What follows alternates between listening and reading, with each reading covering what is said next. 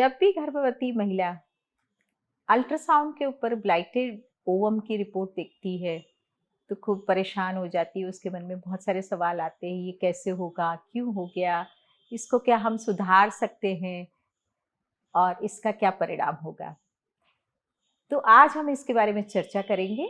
मैं हूं doctor Malti Bhojwani, obstetrician and gynaecologist and IVF consultant, director Malti hospital एवं test tube baby centre Bhopal, practising since last 40 years.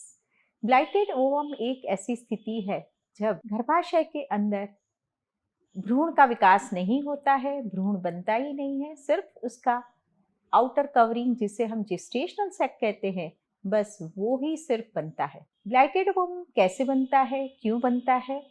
जब भी pregnancy की स्थापना होती है या जब भी फर्टिलाइज्ड ओवम या एम्ब्रियो अपने आप को गर्भाशय में इम्प्लांट करता है, तब कुछ आनुवांशिक कारणों के कारण या गुणसूत्रों में विकृति के कारण उस एम्ब्रियो का विकास नहीं हो पाता है और सिर्फ उसकी आउटर कवरिंग जो होती है जिसे हम जेस्टेशनल सैक कहते हैं, उसका विकास होता रहता है।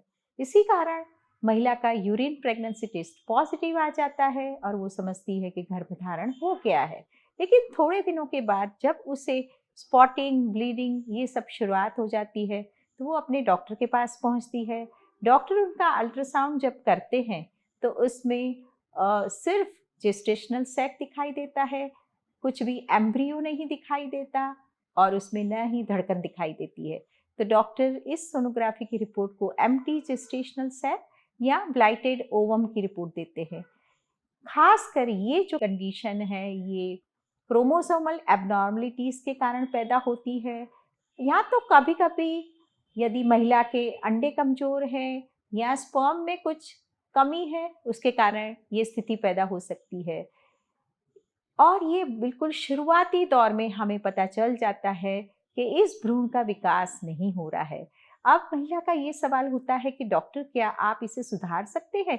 आप कुछ ऐसी दवाइयाँ दे दें, इसको हम ठीक कर सकते हैं, वापस भ्रूण बना सकते हैं। तो ये बिल्कुल अनुवांशिक है, ये क्रोमोसोमल एबनॉर्मली फीटस है और एम्ब्रियो है, तो इसे हम नहीं सुधार सकते हैं।